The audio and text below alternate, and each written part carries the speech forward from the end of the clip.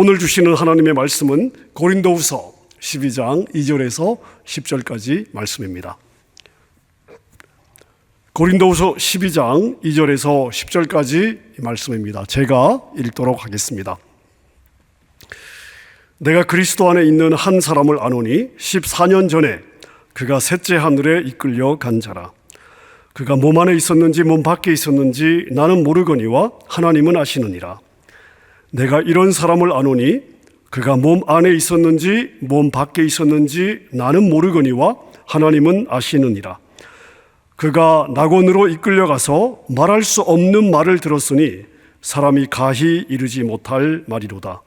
내가 이런 사람을 위하여 자랑하겠으나 나를 위하여는 약한 것들 외에 자랑치 아니하리라. 내가 만일 자랑하고자 하여도 어리석은 자가 되지 아니할 것은 내가 참말을 함이라. 그러나 누가 나를 보는 바와 내게 듣는 바에 지나치게 생각할까 두려워하여 그만두노라. 여러 계시를 받은 것이 지극히 크므로 너무 자고하지 않게 하시려고 내 육체에 가시 곧 사단의 사자를 주셨으니 이는 나를 쳐서 너무 자고하지 않게 하려 하심이니라. 이것이 내게서 떠나기 위하여 내가 3번 주께 간구하였더니 내게 이르시기를 내 은혜가 내게 족하도다. 이는 내 능력이 약한 데서 온전하여 짐이라 하신지라. 이러므로 도리어 크게 기뻐함으로 나의 여러 약한 것들에 대하여 자랑하리니 이는 그리스도의 능력으로 내게 머물게 하려 함이라. 그러므로 내가 그리스도를 위하여 약한 것들과 능력과 궁핍과 핍박과 곤란을 기뻐하노니 이는 내가 약할 그때에 곧 강함이니라. 아멘. 이사야 55장 8절 9절에 보면 이런 말씀이 있습니다.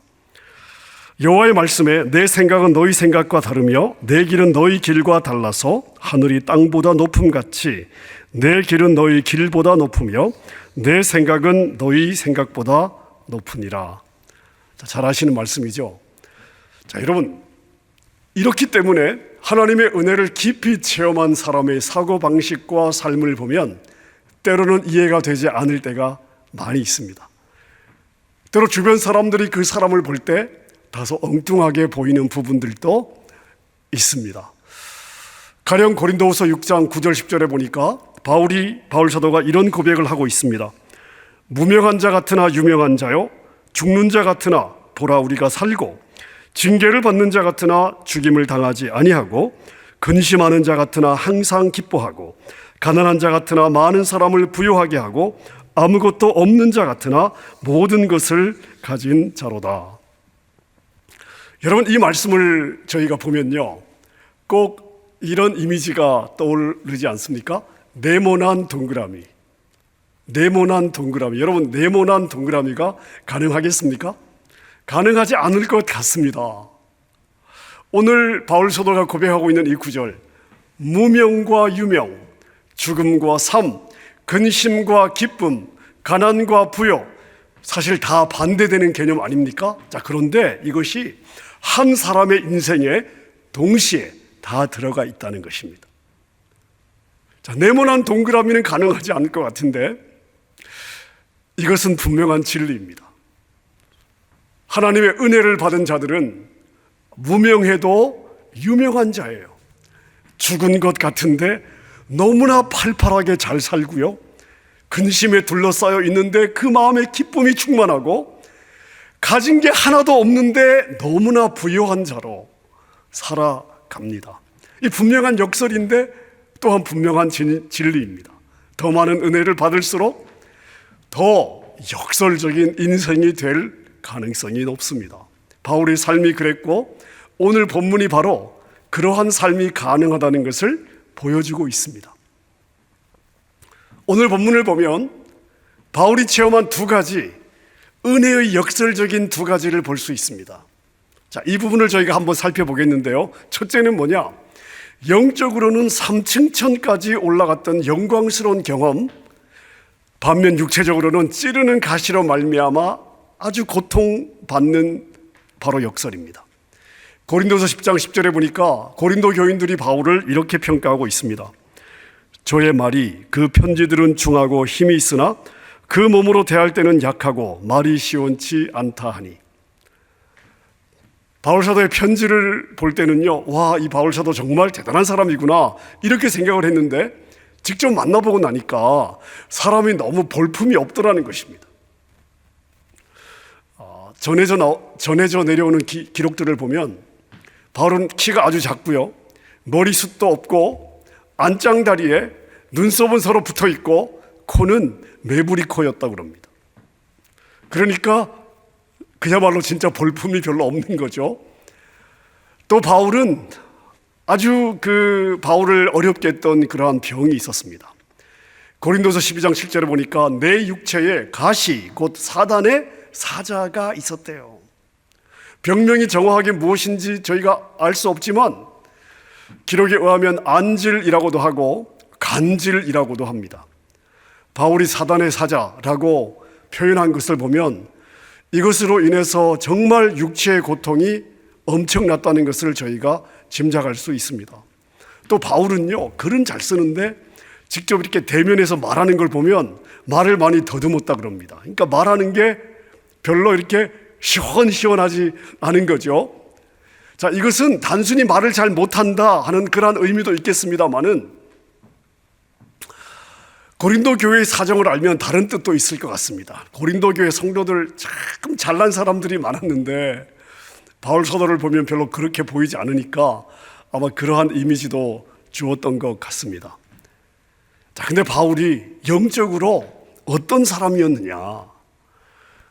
다메섹으로 가는 도중에 예수님을 직접 만난 사람 아닙니까? 부활하신 예수님을 직접 본 사람이 많지 않아요. 그런데 바울은 부활하신 예수님을 자기의 눈으로 직접 목격했던 사람입니다. 오늘 본문에 나와 있는 것처럼 삼층천, 다시 말하면 셋째 하늘에 이끌려가서 셋째 하늘을 눈으로 보고 직접 체험했던 사람입니다. 오늘 본문 2절에 보십시오. 2절에 보니까 내가 그리스도 안에 있는 한 사람을 아노니 14년 전에 그가 셋째 하늘에 이끌려 간 자라. 이것만이 아닙니다. 7절에 보니까 여러 계시를 받았다고 고백하고 있습니다. 여러분, 우리 같으면요, 정말 환상 하나만 봐도 막 자랑하고 싶어서 막 가슴이 터질 것 같을 겁니다. 자, 그런데 이 정도의 영적 체험이 있다면요, 정말 소리내어 자랑하고 세상 전체를 다니면서 간증하고 싶을 것 같습니다. 자, 그런데 바울이 어떻게 했습니까? 오늘 본문 5절에 보니까 나를 위하여는 약한 것들 이외에는 자랑치 아니하리라. 나에 대하여는 약한 것들 이외에는 자랑하지 않겠답니다. 자신이 엄청난 영적 경험을 했음에도 불구하고 나는 그런 것들을 자랑하지 않겠다.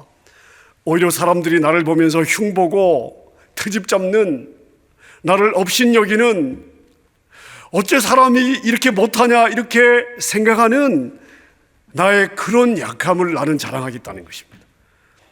자, 보통 사람들의 생각과는 반대가 아닙니까? 여러분, 사람이 아무리 큰 은사를 받았어도 인간은 뭐예요? 인간은 질그릇과 같습니다. 사람이 아무리 대단해도 본질상 우리 인간은 질그릇에 불과합니다.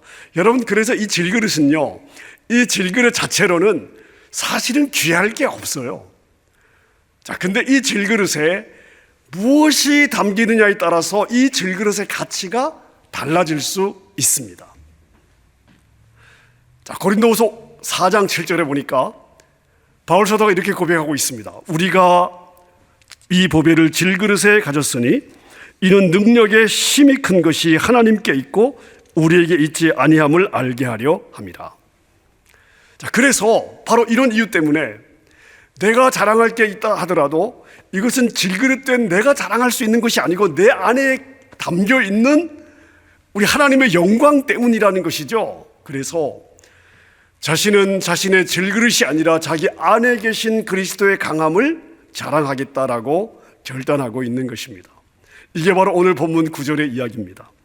나의 여러 약한 것들에 대하여 자랑하리니 이는 그리스도의 능력으로 내게 머물게 하려 함이라. 이렇게 고백을 하고 있습니다.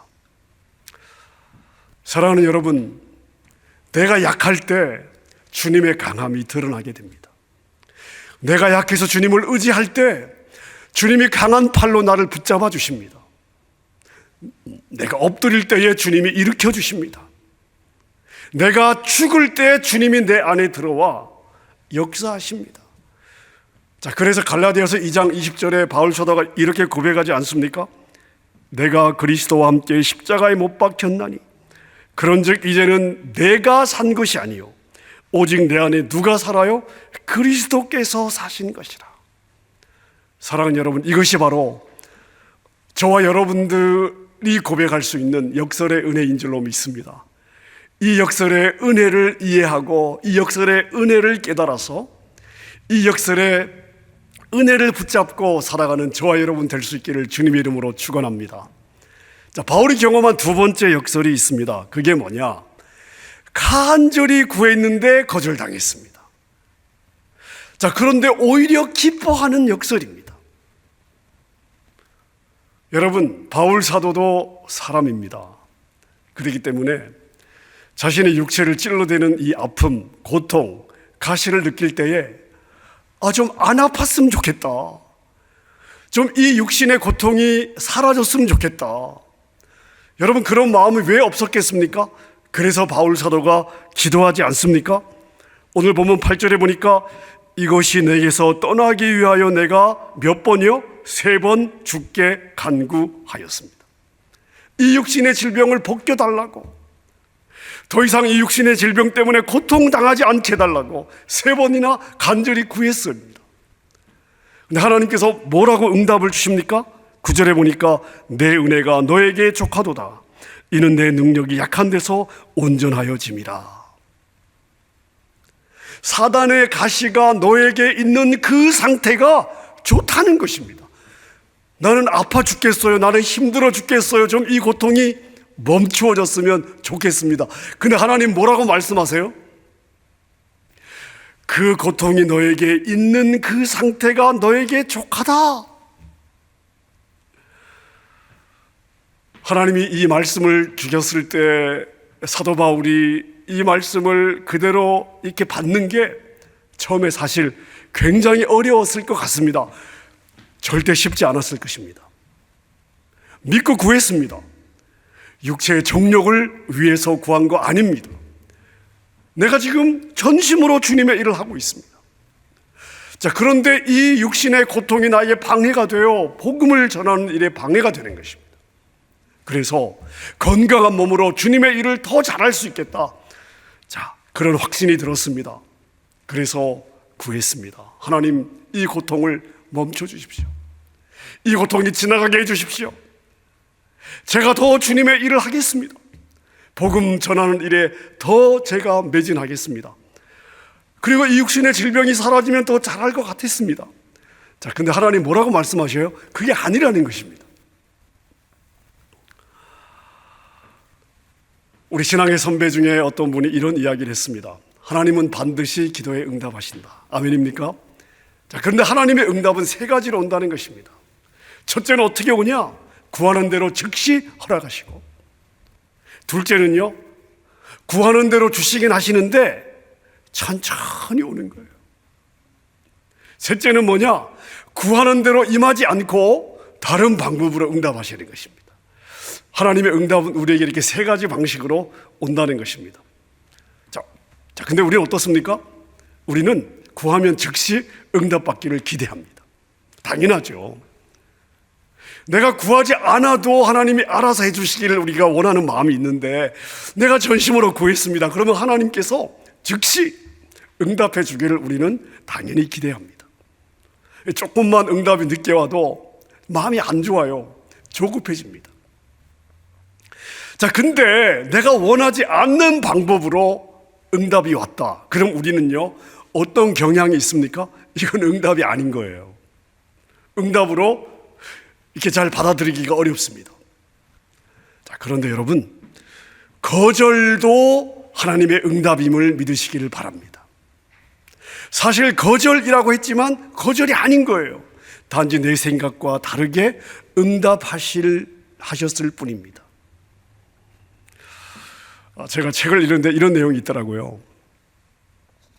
어떤 사람이 배를 타고 강을 따라서 내려가고 있는데 이 강에 여기저기 암초가 이렇게 보이는 겁니다. 이게 바위들이 여기저기 불쑥불쑥 솟아나 있어가지고 이제 배가 가다가 그런 그 바위에 부딪히면 뭐 배가 이제 전복되거나 깨지거나 부서지거나 이제 그러면 이제 꼬닥없이 어려움을 당하지 않겠습니까? 아무리 봐도 자기 실력으로 이 암초를 피해갈 자신이 없습니다. 그렇다고 물을 거슬러서 배를 돌이켜 갈 수도 없고요. 그래서 하나님께 기도를 합니다. 급한 마음에 하나님, 저 바위들, 저 암초들 좀 저것들을 없애주십시오. 한참을 기도를 하는데요, 갑자기 하늘이 캄캄해지더니 장대비가 쏟아지기 시작했습니다. 비가 엄청 쏟아지는 거예요. 기도를 하다가 막 장대비가 쏟아지니까 기가 막혔습니다. 야, 암초를 없애달라고 기도를 했는데 갑자기 엄청난 폭우가 막 쏟아지니까 야, 설상가상이다. 이젠 진짜 꼬닥 죽게 생겼구나. 자, 그리고 얼마 후에 비가 멈추었습니다. 하늘이 개었습니다. 짧은 시간이지만 그 사이에 강물이 엄청나게 불어 있었습니다. 그리고 잠시 후에, 기도를 멈추고 잠시 후에, 조금 전까지만 해도 그 쏟아지는 폭우를 원망했던 이 사람이 엎드려 다시 기도하기 시작했습니다. 이때의 기도는 감사의 기도였습니다. 왜요? 갑자기 엄청나게 이 비가 와서 강물이 불어나는 바람에 암초들이 전부 물에 잠기게 되었습니다. 자, 이 사람은 뭐라고 기도했습니까? 하나님, 암초를 없애주십시오. 근데 바위가 없어지지 않았습니다. 하나님께서 큰 비를 내려 강물을 불어나게 하심으로써 바위를 잠기게 해주신 것입니다.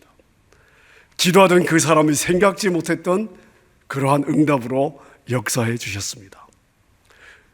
여러분, 바울의 간구에 하나님이 그렇게 응답해 주신 것입니다. 간절히 구했습니다. 병이 낫기를 구했습니다. 간절함이 부족했나 싶어서 더욱더 간절히 구했습니다.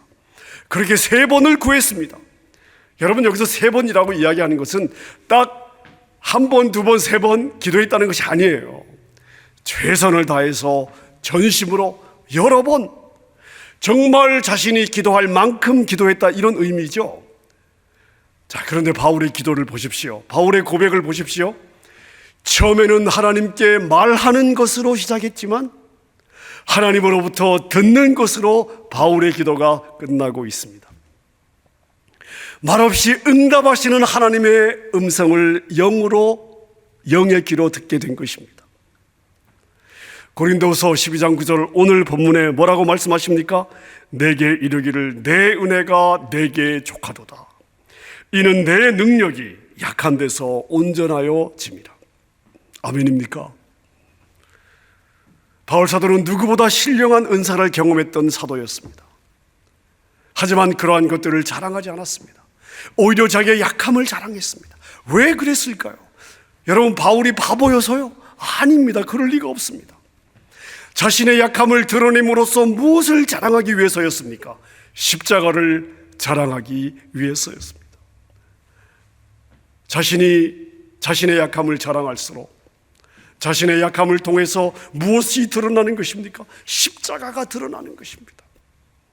내가 나를 자랑하면 내가 드러나지만 내가 나의 약함을 자랑할 때 내 안에 무엇이 드러나요? 내 안에 십자가, 내 안에 예수 그리스도가 드러나게 되는 것입니다. 그래서 바울 사도의 유명한 고백이 있습니다. 갈라디아서 6장 14절에 보니까 그러나 내게는 우리 주 예수 그리스도의 십자가 외에는 결코 자랑할 것이 없으니 그리스도로 말미암아 세상이 나를 대하여 십자가에 못 박히고 내가 또한 세상을 대하여 그러하니라. 위대한 고백입니다. 여러분, 성경에 보면 자랑이라고 하는 말이 92번 나타나는데요, 그 중에 절반이 넘는 47번이 바울의 편지에 집중되어 있습니다. 다시 말하면 바울 안에 자랑이 아주 크게 자리 잡고 있는 것입니다. 바울은 자랑하고 또 자랑해도 여전히 자랑할 것을 가지고 살았던 사람입니다. 자, 그런 바울에게 가장 큰 자랑거리가 무엇이었느냐? 바로 본문의 자랑입니다. 주께 3번이나 간절하게 간구했는데 응답이 없었던 것을 자랑하고 있는 것입니다. 기도했으나, 간절히 기도했으나 응답받지 못했을 때에 깨달았던 자신의 깨달음, 바울은 이것을 자랑하고 있습니다. 약한 것이 자랑이었습니다. 원하는 응답을 받지 못한 것이 자랑이었습니다. 그것이 부끄러운 것인 줄로만 알았는데, 이게 오히려 자랑이 될 수 있는 거구나. 내가 약할 그때에 하나님이 강하게 역사한다는 것을 깨달았기 때문입니다. 사랑하는 여러분, 여러분에게 가시가 있습니까? 여러분을 괴롭히는 사단의 이 사자가 있습니까?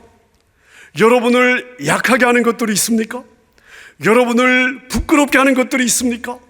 사람들 앞에 내놓기가 겁나는 것들이 있습니까?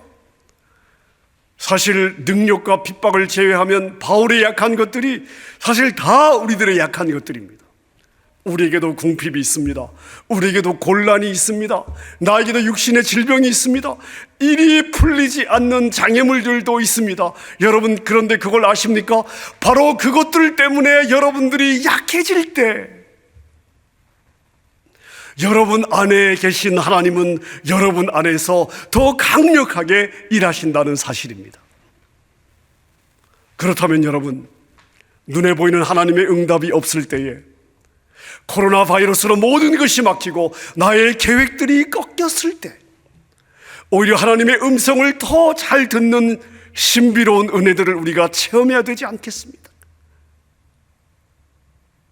내 생각대로 풀어주지 않는 것이 나에게 유익한 응답인 줄로 믿고 더 감사한 믿음을 가져야 되지 않겠습니까? 나의 약한 가운데 더 환하게 빛나는 십자가를 자랑하는 저와 여러분 될 수 있기를 바랍니다. 너의 부끄러움이 오히려 너의 자랑이 되리라. 이러한 주의 음성을 아멘으로 받는 저와 여러분이 되어야 될 줄로 믿습니다. 사랑하는 여러분, 여러분 각자의 삶에 가진 질병과 궁핍과 어려움들이 가시가 되어 여러분을 찌를 때에 그 가시 때문에 넘어지는 것이 아니라 이 가시들이 여러분을 하나님의 그 은혜의 보좌로 이끄는 시온의 대로로 이끄는 통로임을 볼 수 있는 여러분 될 수 있기를 바랍니다. 여러분의 현재의 문제와 연약함 때문에 2020년 후반기를 더 풍성한 은혜의 길로 이끄실 하나님을 찬양하는 그런 저와 여러분 될 수 있기를 우리 주님의 이름으로 축원합니다.